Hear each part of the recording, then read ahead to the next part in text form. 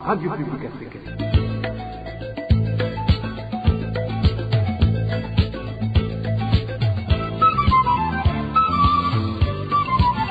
Radio Publique Africaine.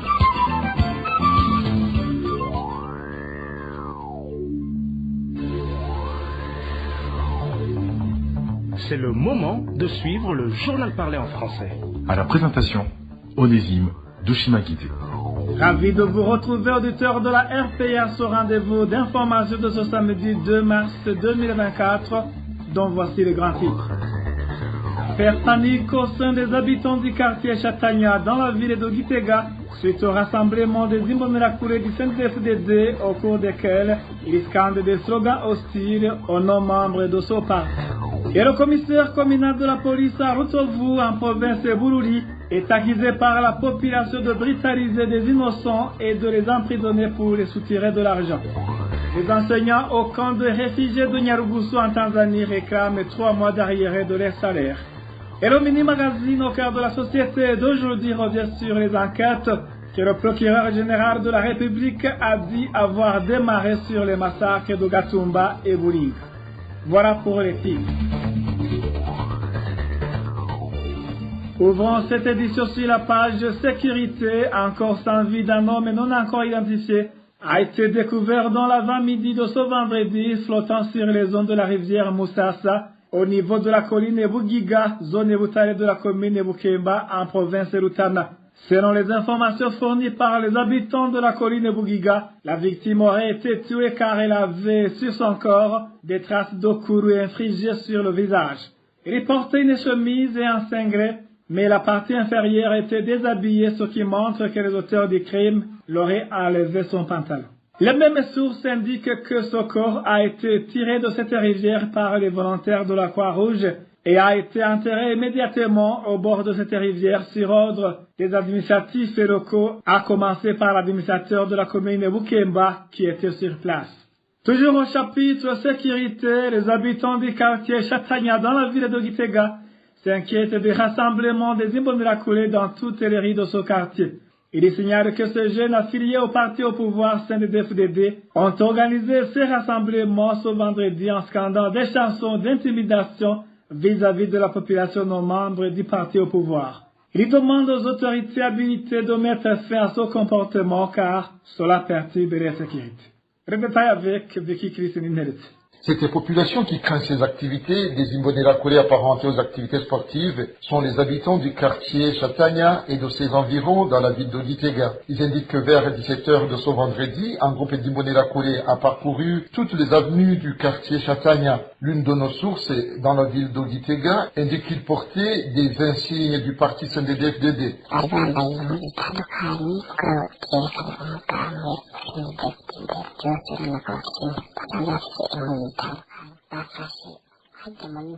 Leurs vêtements avaient des insignes du parti au pouvoir, le CNDD-FDD. Ils ont sillonné toutes les rues du quartier Chatagna à scander les chansons avec un grand bruit. Ce qui a le plus effrayé la population, c'est que ces jeunes affiliés au parti au pouvoir, CNDD-FDD, scandaient des chansons terrifiantes et lançaient des slogans indiquant qu'ils allaient s'en prendre aux militants des partis politiques d'opposition.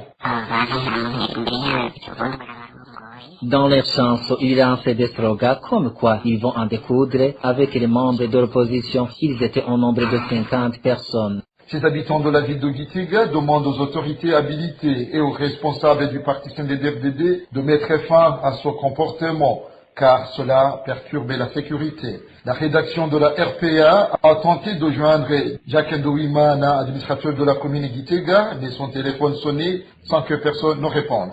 De Gitega cap sur Bururi pour parler des habitants de la commune Rutovu qui s'insurgent contre le mauvais comportement du commissaire de la police dans la dite commune qui brutalise et emprisonne des innocents pour leur soutirer de l'argent. Ces citoyens demandent au supérieur hiérarchique de ce responsable de la police dans cette localité de le redresser sinon de l'affecter ailleurs. Reportage signé Emmanuel Nyungeko. kuva tubona igipolisi muri komine twari burabona amabi turiko turabona. C'est le voilà qui préférise des gens évoqués par une source de la RPA en commune de Rutovu et le commissaire de la police dans la dite commune en la personne de Rodrigue Ndagijimana. Notre source dans cette commune indique que le responsable de la police en commune de Rutovu agit de la sorte en connivence avec l'officier de la police judiciaire dans le but de soutirer de l'argent aux personnes arrêtées et emprisonnées arbitrairement. Le commissaire Rodrigue Ndagijimana tabasse déjà se trouva dans le cachot et envoie le PJ Dieudonné Bavumiragiye pour lui exiger de l'argent. L'exemple illustratif est celui d'un vieil homme prénommé Jean-Marie de la colline Gikana Wamabuye et un vieil homme prénommé Emmanuel de la colline Nyabuchokwe. Tous étaient enfermés pour des conflits fonciers. Il a bâti d'autres détenus. Le prénommé Tade Dokajondi est renommé Iteriteka. Si il ne donne pas de l'argent, il reste dans le cachot. À la fin du mois de février dernier, un motard et ses deux clients ont échappé à la mort suite à un accident provoqué par le commissaire communal de la police à Rutovu. En date du 26, il a couru derrière un motard avec ses deux clients minutieux. Il a couru derrière eux jusqu'à ce qu'ils soient renversés par la moto. Il les a emmenés dans le cachot et les a battus très sérieusement. Des morceaux sont aussi incarcérés dans le but de recevoir des ponts d'OV. Ici, je peux donner l'exemple du responsable des morceaux prénommé Désiré qui a passé quelques jours dans la cellule. L'administrateur Louis conseille d'arrêter cela, mais il fait sourd des oreilles.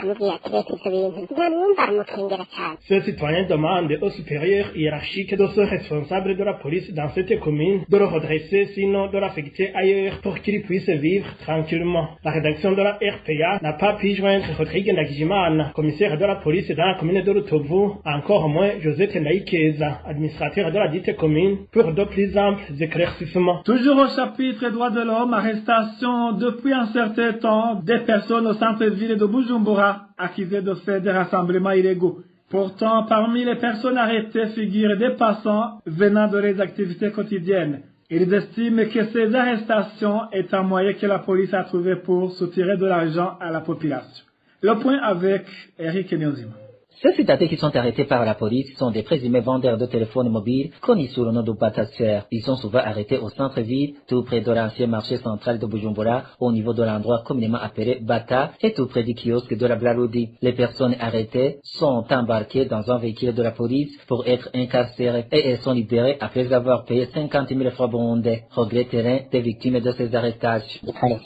Les policiers de la position située tout près de l'ancien marché central de Bujumbura nous arrêtent arguant que nous sommes des batasseurs qui vendent des téléphones. Et si tu n'as pas d'argent, ils t'embarquent à bord d'un véhicule de la police jusqu'au Besser. Arrivé là-bas, ils nous obligent de payer une somme de 50 000 francs. Et ils nous recommandent de verser cette somme sur un compte de la mairie de Bujumbura. Les habitants de la mairie de Bujumbura indiquent qu'ils sont souvent victimes d'injustice du fait que la plupart des personnes arrêtées sont des passants en provenance de leurs activités quotidiennes. Regrette cet habitat de la mairie de Bujumbura. Ils arrêtent tous les jeunes gens à leur passage sans distinction. Ceux qui vont au marché, ceux qui rentrent de leurs activités quotidiennes, ceux qui vont acheter des téléphones, ainsi que des étudiants qui rentrent à la maison. Est-ce que c'est interdit d'aller au marché et de passer par le centre-ville? Ce qui fâche de plus, ils sélectionnent les personnes à arrêter selon leurs critères. Ces habitants de la mairie de Bujumbura demandent aux autorités habilitées d'arrêter ces actes de harcèlement et de maltraitance faits à l'endroit de la population. À ce propos, nous n'avons pas encore pu joindre Jimmy Atungimana, le maire de la ville de Bujumbura, pour de plus amples éclaircissements. Merci à toi, Eric Nyonzima. Après une petite transition, nous parlons gouvernance.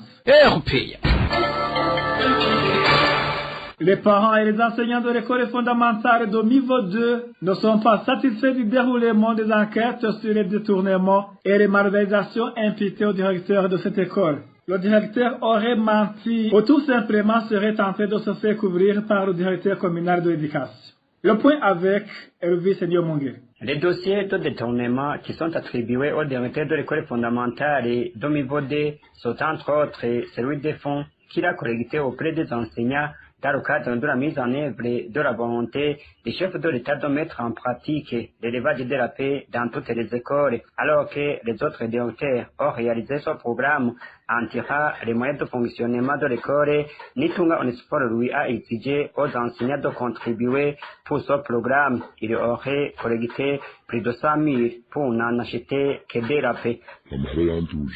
Il a collecté 100 000 auprès de 21 enseignants à réseau de 5 000 pour chacun, mais il y a un groupe d'enseignants qui a refusé de contribuer. De cet argent, il a acheté de la paix pour 14 000. Il a fait construire 4 chrétiens. Le planche utilisé était tiré de bancs pupitres endommagés, mais les clous utilisés étaient tirés de ces bancs pupitres.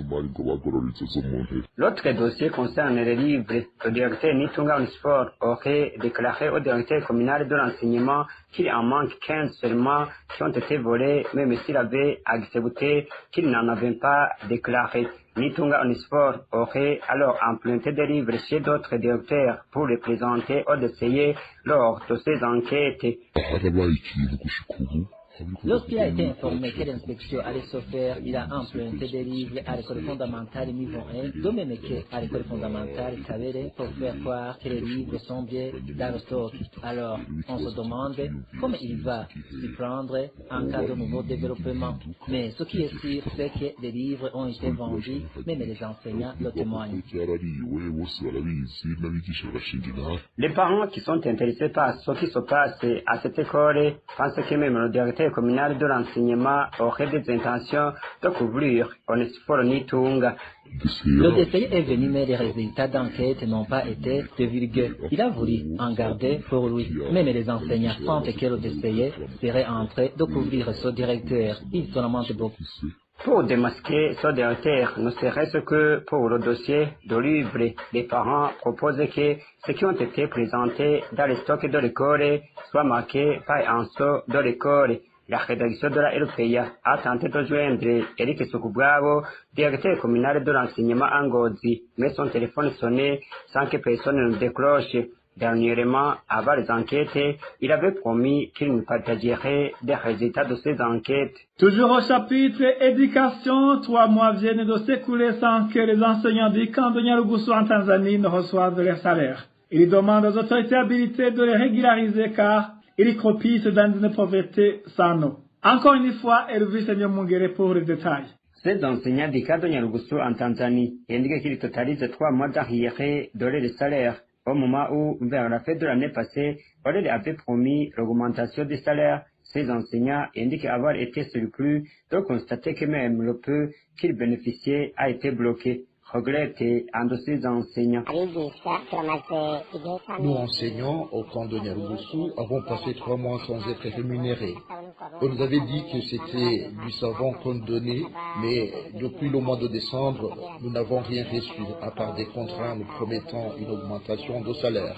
Cependant, malgré notre attente, rien n'a été fait jusqu'à aujourd'hui. Selon les informations recueillies au cas de Nyarugusu, même les enseignants rémunérés par l'ONG IRC n'ont pas encore reçu leur salaire. Pour le moment, ils ne savent plus à quel se vouer et il faut savoir que les familles vont mourir de faim. L'ONG IRC n'a toujours pas payé certains enseignants dont elle est responsable. Ils n'ont pas perçu leur salaire depuis 2 mois déjà. Nous demandons aux organisations de défense des droits humains de plaider en notre faveur, car nos enfants risquent de mourir de faim. Ce qui nous inquiète le plus, c'est que nous sommes actuellement menacés. Le moindre geste et nous sommes licenciés, sans même savoir quelles fautes nous sont reprochées. Ces enseignants du cas de Nyarugusu demandent aux autorités habilitées de les rétablir dans leurs droits et les organisations qui défendent les droits des réfugiés de plaider pour eux. Grogne chez les habitants du quartier Musinzira de la ville de Gitega qui viennent de passer environ 2 mois sans eau de robinet. Ils se rabattent à l'eau de source et craignent d'attraper différentes maladies ou achètent l'eau à 400 francs burundais en bidon de 20 litres. Il demande à la régie des eaux de tout faire pour réparer les pannes qui sont à l'origine de cette pénurie. Le point avec Eric Nyondima. Les grognes des habitants de ce quartier Musinzira s'articulent sur le fait qu'ils viennent de passer environ 2 mois sans eau de robinet. S'ils adviennent qu'elle revienne, elle est dire arabe se dota ou elle vient tard dans la nuit, explique-t-il. Ainsi donc, pour le moment, ils utilisent l'eau de source puisée à environ 1 km. Ils utilisent aussi l'eau de pluie ou alors ils achètent l'eau à un prix qu'ils disent exorbitant de 400 francs un bidon de 20 litres. Les gens qui exercent le métier de transport des passagers et marchandises par vélo, communément appelé taxi-vélo, sont eux qui leur apportent cette eau. Ils achètent dans des lieux de lavage de véhicules à un prix allant de 50 à 100 francs un bidon de 20 litres. C'est le reste de ces 400 francs qui est leur rémunération. Ces habitants du quartier Musinzira situé au centre-ville de Gitega et qui est un des plus vieux quartiers de cette ville, trouvent que la persistance de cette pénurie d'eau ferait qu'ils soient contaminés par des maladies variées. Cela parce qu'ils doutent de la propriété de ces eaux puisées à la source, celles recueillies des toits des maisons et celles leur apportées par le taxi-vélo. En outre, ils évoquent l'insuffisance de l'eau utilisée dans les toilettes à siège dont disposent presque tous les habitants du quartier Musinzira et qui risquerait aussi de favoriser leur contamination par des maladies. Ils demandent à la régie des eaux de tout faire pour utiliser de l'eau et proposent le délestage en attendant. Du moment qu'il est évident que certains quartiers ne manquent jamais l'eau, insiste-t-il. Ils ajoutent aussi que des lieux de lavage de véhicules n'en manquent jamais non plus. Merci à toi, Eric Enyonzima. Après une petite transition sera le moment des mini-magazines au cœur de la société. Le mini-magazine au cœur de la société d'aujourd'hui revient sur les enquêtes que le procureur général de la République a dit avoir démarré sur les massacres de Gatumba et Bulinga. Au cœur de la société vous est présenté par Emile Nilassoumba. Au cœur de la société. Au cœur de la société est une émission de tous les samedis, préparée en synergie par les radios Inzamba, Agateka Kawe, Radio RPA, Idouya Wanyagihugu, ainsi que la radio-télévision Renaissance. 2 dossiers ont récemment été ouverts pour poursuivre les auteurs des massacres de la population à Bulinga et à Gatumba. C'est ce qu'a déclaré ce jeudi le procureur général de la République après les attaques du mouvement rebelle Red Tabara dans les 2 zones. Est-ce que ces enquêtes que la justice burundaise a démarrées sont bénéfiques pour le pays et pour les Burundais? Le mini-magazine au cœur de la société de ce 2 mars 2024 va répondre à cette question. À la présentation, c'est Emile Nilassoumba. Bienvenue. Ce jeudi, le procureur général de la République a repris les chiffres donnés par le gouvernement burundais selon lesquels 9 personnes, dont un militaire, ont été tuées dans la zone Bulinga de la commune Gihanga en province Bubanza. Dans cette attaque de la nuit du 25 février, Léonard Manirakiza a évoqué aussi 2 véhicules et une moto incendiée, ainsi qu'une permanence du parti au pouvoir CNDD-FDD détruite. Le procureur général de la République, Léonard Manirakiza, a également repris le bilan de 19 civils et un policier tué dans la localité de Vugizo de la zone Gatumba, commune Mutimbuzi, en province Bujumbura, le 22 décembre 2023. Pour toutes ces 2 attaques consécutives, 2 dossiers pénaux ont été ouverts contre les terroristes du mouvement Red Tabara. L'un pour les faits commis à Vugizon et l'autre relatif aux faits criminels commis dans la localité de Bulinga. Au regard de ce bilan macabre, nous nous rendons compte que les terroristes du mouvement Red Tabara visaient les civils et non des militaires. La justice burundaise, via le parquet général de la République, est plus que jamais déterminée à poursuivre les auteurs terroristes, les co-auteurs et les complices jusqu'à des condamnations pour une répression exemplaire. Après cette attaque de Gatumba en décembre dernier, le ministre de l'Intérieur et de la Sécurité publique, Martin Niteretse, a déclaré que les mandats d'arrêt internationaux étaient déjà transmis à Interpol, sans toutefois citer les noms des personnes recherchées. Après la même attaque de Gatumba, le mouvement rebelle Red Tabara a déclaré avoir tué 9 militaires et un policier. À Bulinga, le mouvement de résistance pour un état de droit a évoqué la mort de 6 militaires et de 2 Imbonerakure armés. Le mouvement rebelle indique aussi qu'il ne s'attaque jamais aux populations civiles. Au micro de nos confrères de la télévision Renaissance, le porte-parole militaire de Red Tabara, Patrick Nahimana, indique que ce n'est pas ce genre d'enquête lancée par le procureur général de la République que leur mouvement attend. Personne n'ignore qu'au Burundi, il n'y a pas de justice indépendante. Ce n'est pas aujourd'hui que ça change. Et c'est pour cela que les allégations du procureur général de la République ne nous concernent pas. De notre côté, l'enquête que nous demandons est celle qui est indépendante. C'est l'enquête qui serait faite par une commission différente de celle qui est téléguidée par un groupe de militaires au pouvoir, le Service national des renseignements et le parti CNDD-FDD. C'est-à-dire que cette commission ne serait pas composée que par des Burundais. Nous voulons une commission mise en place par la communauté internationale. Comme ça, on pourrait expliquer à cette commission que c'est le gouvernement burundais qui tue ses citoyens. Sinon, ces déclarations pour distraire l'opinion, tant nationale qu'internationale, ne servent à rien. Pourquoi ce parquet général n'a-t-il pas encore montré ceux qui ont assassiné plus de 2000 Burundais, tués pour avoir dit non au troisième mandat de Pierre Nkurunziza? C'est aujourd'hui que ce parquet général commence à nous montrer les auteurs des crimes dont le peuple burundais est victime. Un parquet général qui ne fait rien contre les auteurs des disparitions forcées. Peut-on espérer qu'il commence aujourd'hui à le faire? Ce parquet général n'a pas encore publié son enquête pour nous montrer les auteurs de l'incendie de la prison de Gitega. Peut-on espérer qu'il fasse justice aujourd'hui? C'est impossible. L'opinion tant nationale qu'internationale est au courant qu'il n'y a pas de justice au Burundi, que le gouvernement du Burundi accepte la transparence et qu'on s'entende sur la mise en place d'une commission indépendante, consensuelle. C'est à cette commission qu'on pourra confier des informations que nous avons à notre disposition qui montrent comment les Burundais sont tués continuellement. Selon le défenseur des droits de l'homme Janvier Bigirimana, les déclarations du procureur général de la République sont une pure distraction. Au micro de nos confrères de la radio Inzamba, Maître Janvier Bigirimana ne comprend pas pourquoi les autorités burundaises actuelles n'ont rien appris du passé.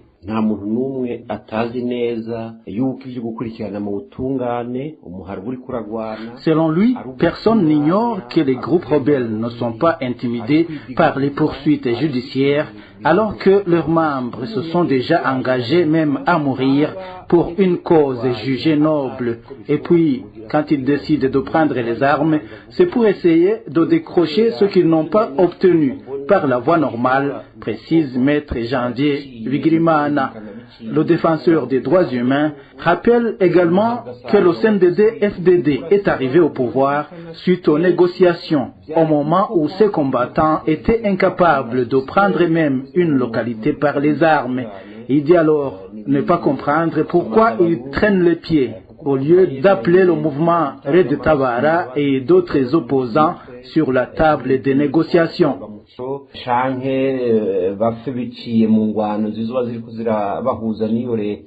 Maître Janvier Bigirimana estime que la solution à cette question doit nécessairement passer par les négociations.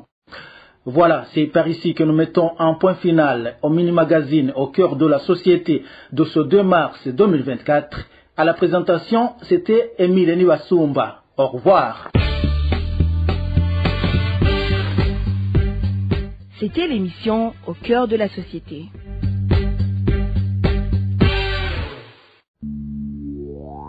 Merci à toi, Émile Niwasumba. Merci, mesdames et messieurs, d'avoir prêté oreille attentive. Ainsi s'achève cette édition. À la présentation, vous étiez avec Onésime de chez Magis. Bon week-end à tous.